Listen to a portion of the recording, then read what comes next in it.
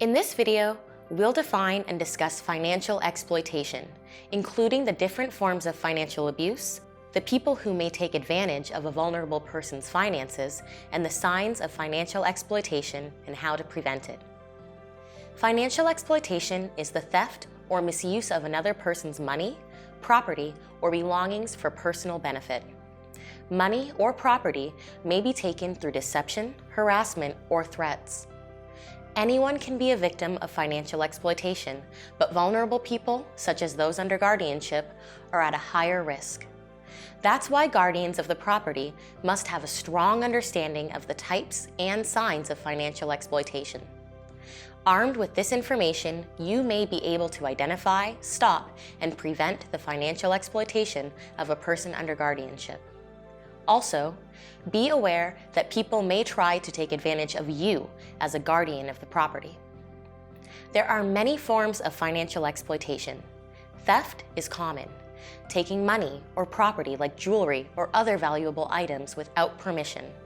Another type is fraud, which refers to acts of deception or misrepresentation for personal gain. Examples of financial fraud include falsifying documents, forgeries, unauthorized check writing, investment fraud, mortgage fraud, and insurance fraud. Another type of financial exploitation that's quite common today is identity theft. The illegal access to and use of a person's personal or financial information, such as their name, social security number, date of birth, credit cards, or bank account numbers.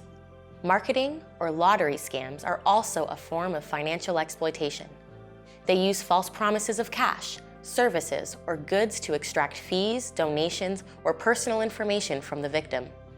Scammers may target victims by phone, email, postal mail, television or print ads, or in person.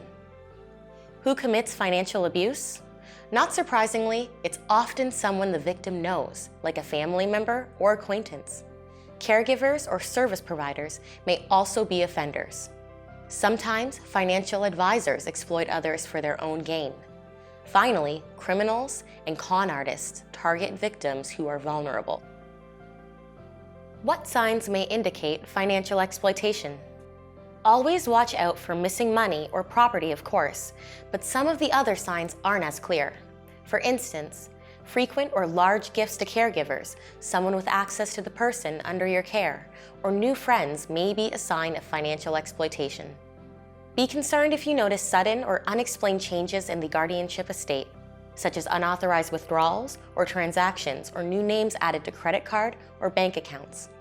Other changes or attempts to change, things like wills, life insurance policies, or retirement accounts, may be signs of exploitation. Be suspicious if services or goods are paid for but don't appear to be received.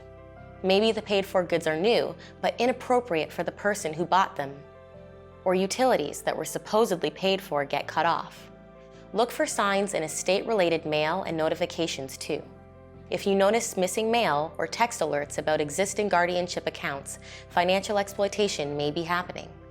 Same thing if you suddenly start getting email alerts about new accounts opened in the name of the person under guardianship. Finally, as guardian of the property, you may be a target for financial exploitation. Be wary of individuals who pressure you to use your powers inappropriately. They may ask you to spend money on unnecessary services or goods, or to give another person access or authority over guardianship assets. How can you prevent exploitation? Restrict access to guardianship accounts or property.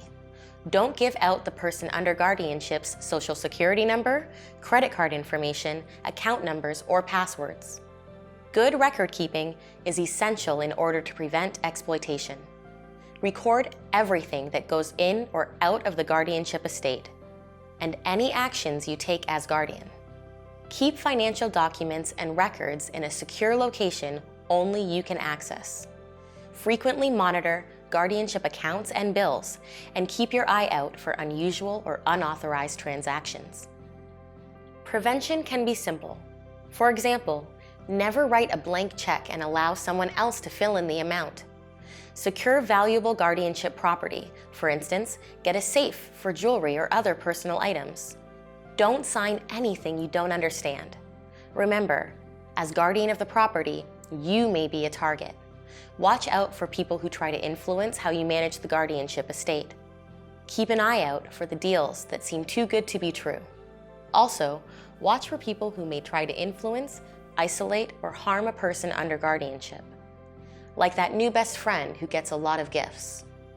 Remember, financial exploitation is the theft or misuse of another person's finances, and may be in the form of theft, fraud, or scams. Perpetrators may be friends, family, caretakers, financial planners, total strangers, or con artists. Signs of financial exploitation range from missing money to unauthorized transactions and unexpected alerts about new accounts. Preventing exploitation requires regular record keeping and the careful safeguarding of financial information and documents.